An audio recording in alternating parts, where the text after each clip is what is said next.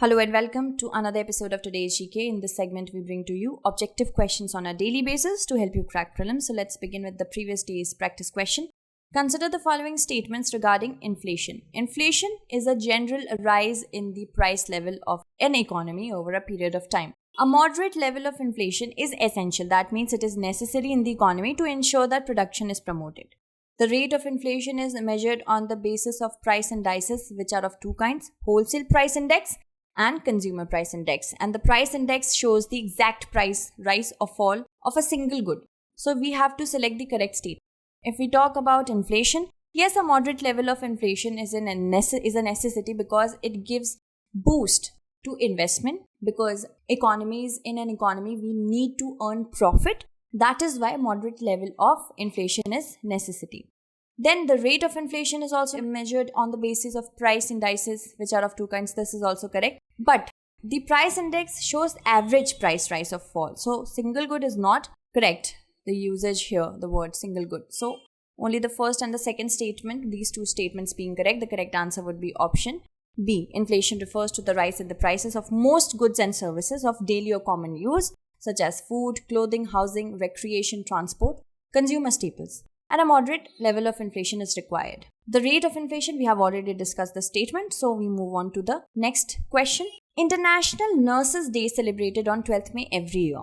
Which of the following is the reason for this? The reason for this is the birth anniversary of an English trainer of nurses who organized care during the Crimean War. So recently the International Nurses and Midwives Day was celebrated, and on May 12th it was celebrated globally to appreciate the nurses' efforts. The day is to mark the birth anniversary of Florence Nightingale, founder of modern nursing, and she was an English social reformer. She came to prominence while serving as a manager and trainer of nurses during Crimean War, in which she organized care for wounded soldiers. And according to WHO, 9 million more nurses and midwives are required by 2030 so that all countries can attain Sustainable Development Goal 3 on health and well-being. Moving on, consider the following statements regarding Oxycare technology-based plants. These are developed by Indian Council of Medical Research and they are based on the measurement of arterial oxygen. So we have to select the correct statement. These are actually Oxycare technology-based plants are developed by Dibel. We will talk about its full form in the explanation, and they are based on peripheral oxygen, SpO2, not SaO2. Alright, so only if we talk about the correct statement, neither of them being correct, correct answer would be option D. Recently, the PM CARES Fund has been sanctioned for the procurement of 1.5 lakh units of Oxycare technology-based plants for treatment during the COVID-19 pandemic. And the Oxycare system was developed by Defense Bioengineering and Electromedical Laboratory, that is DIBEL, Bangalore of the DRDO, for soldiers posted at extreme high altitude areas, because we all know that SpO2 level decreases when altitude increases, right? And the system delivers supplemental oxygen. That means supporting oxygen based on the SpO2 levels, that is peripheral oxygen, and prevents the person from sinking into a state of hypoxia which can be fatal.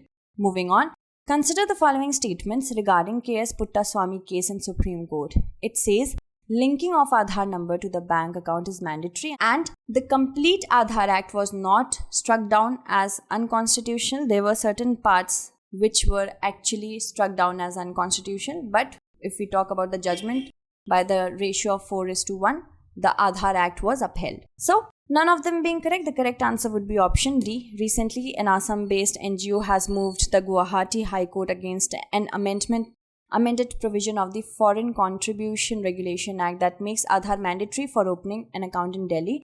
And in 2018, the Supreme Court in the KS Puttaswamy Aadhaar case had ruled that mandatorily linking Aadhaar to a bank account does not satisfy the test of proportionality. And a 4:1 majority upheld the Aadhaar Act of 2016. Supreme Court ruled that the Act is constitutional, but it struck down individual sections of the Act as unconstitutional. Moving on, consider the following statements regarding general financial rules.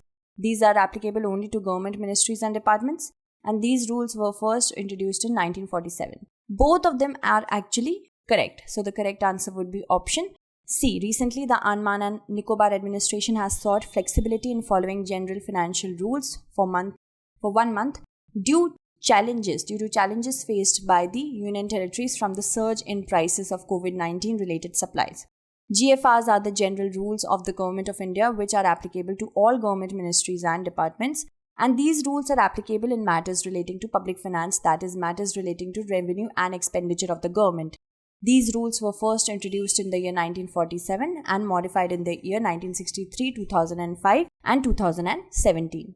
Moving on. Ivermectin, recently seen in the news, is related to which of the following? You must have heard about this medicine, which is seen to be as a possible treatment for mild cases of COVID-19. Ivermectin is listed in India as a possible treatment option for mild COVID-19 patients. It's an antiparasitic agent. It has shown in laboratory settings to inhibit SARS-CoV replication. That means it prohibits replication or multiplying of the virus of SARS-CoV, and it is used for the treatment and eradication of two life-threatening illnesses, which are onchocerciasis, responsible for blindness, and filariasis, which is debilitating. Moving on.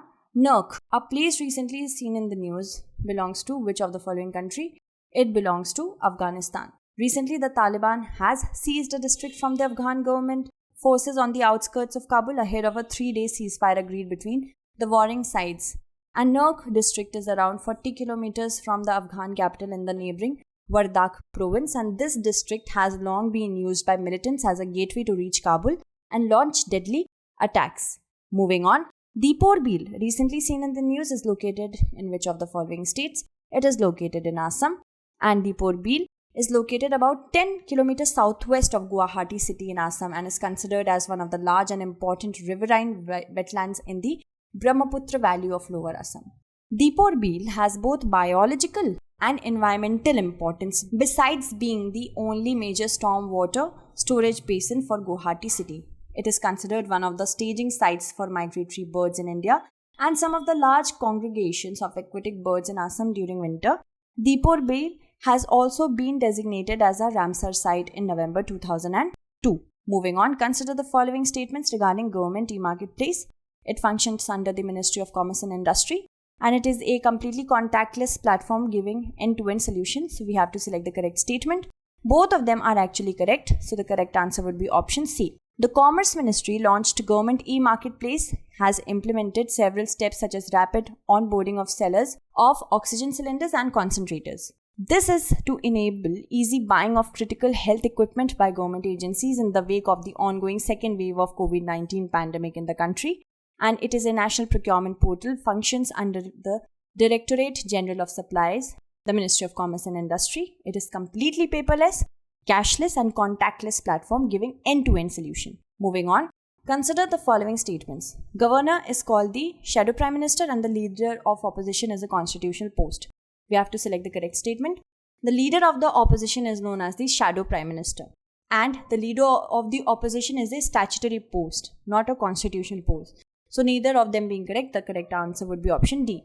The Leader of Opposition is the leader of the largest party that has not less than 1/10 of the total strength of the House, and it is a statutory post defined in the Salaries and Allowances of Leaders of Opposition and Parliament Act 1977. Moving on to the next question. Consider the following statements. Prevention of child marriage is a part of Sustainable Development Goal 3, and the Child Marriage Restraint Act of 1929 restricts the practice of child marriage. In India, the minimum legal age for marriage of a girl was increased from 18 to 21 by the Women and Child Development Act of 2020. So we have to select the correct statement. If we talk about this particular question, prevention of child marriage is a part of Sustainable Development Goal 5. So the first statement is incorrect. And the second statement is correct, which says that the Child Marriage Restraint Act of 1929 restricts the practice of child marriage.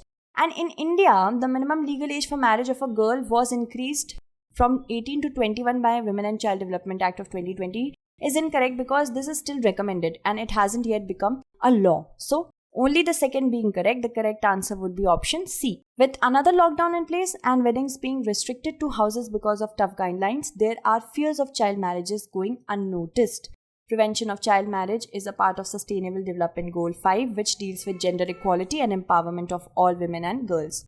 So the Child Marriage Restraint Act we have already talked about, and a task force constituted in 2020 by the Government of India to examine its proposal of increasing the age of marriage for Women has submitted its report recommending an increase in the age from 18 to 21. Moving on to the practice question, who among the following has become the first person from India to win the prestigious Sheikh Zayed Book Award? So, I hope you'll be able to answer this question correctly in the comment segment. That's it for today.